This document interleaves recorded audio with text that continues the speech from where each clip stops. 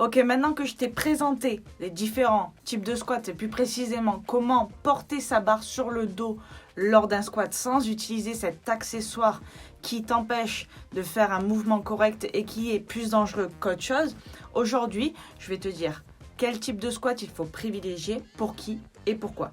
À qui, à quoi, à faire. Chut.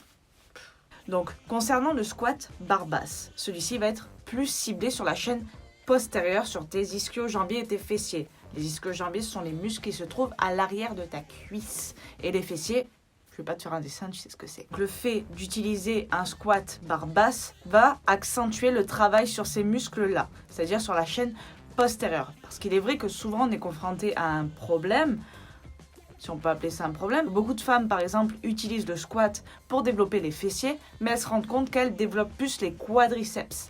C'est pour cela qu'il serait peut-être judicieux de s'orienter vers un squat barre basse. Le squat barre basse, c'est aussi utile pour les personnes qui soulèvent très très lourd. C'est pour cela que les powerlifters utilisent également cette technique. C'est aussi conseillé pour les personnes qui ont des soucis au niveau des genoux, des problèmes articulaires notamment. Alors, lorsque l'on utilise cette technique, il y a une flexion du genou qui est moins importante, donc les tensions sont également limitées. Donc si tu as tendance à avoir des douleurs au niveau du genou, déjà je te conseille de faire en sorte d'améliorer cette pathologie, donc peut-être voir un kiné ou quelque chose comme ça, de faire des exercices de mobilité régulièrement pour soigner tes articulations, savoir aussi d'où ça vient, si c'est pas une correction de posture ou autre.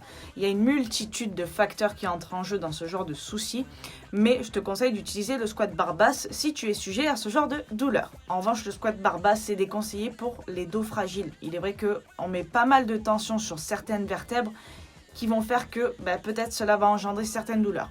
Donc, il peut être déconseillé pour les personnes ayant des problèmes de dos ou ayant des douleurs au dos également.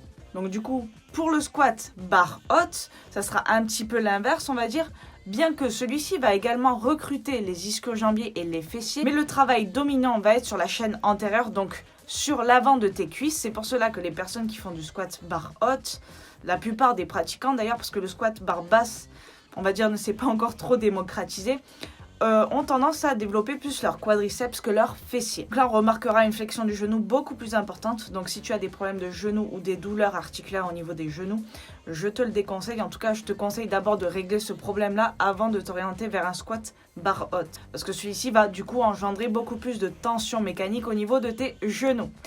Donc voilà, j'espère que cette vidéo t'aura aidé. Quel type de squat te correspond le mieux? Concernant le front squat, je sais, je n'en ai pas parlé parce que c'est un mouvement, encore une fois, qui est pas adapté, on va dire, tout public, plus au powerlifting, etc. Et également un mouvement très complexe à réaliser. Il met énormément de tension sur les genoux. On a un écart de pied qui est resserré. Si jamais cela t'intéresse, je pourrais peut-être en parler dans une prochaine vidéo, mais je pense qu'il faudrait se focaliser sur des choses concrètes. Bon, si tu es powerlifter, normalement, de toute façon, on t'apprend à faire un front squat correctement, donc je n'ai rien à t'apprendre. J'espère que cette vidéo t'aura aidé. N'hésite pas à me dire dans les commentaires quel type de squat tu utilises, et si tu fais des squats, tout le monde n'en fait pas. Il n'y a aucun problème à ça. Je te dis à bientôt dans une nouvelle vidéo, et en attendant, je t'envoie plein de good vibes. Ciao!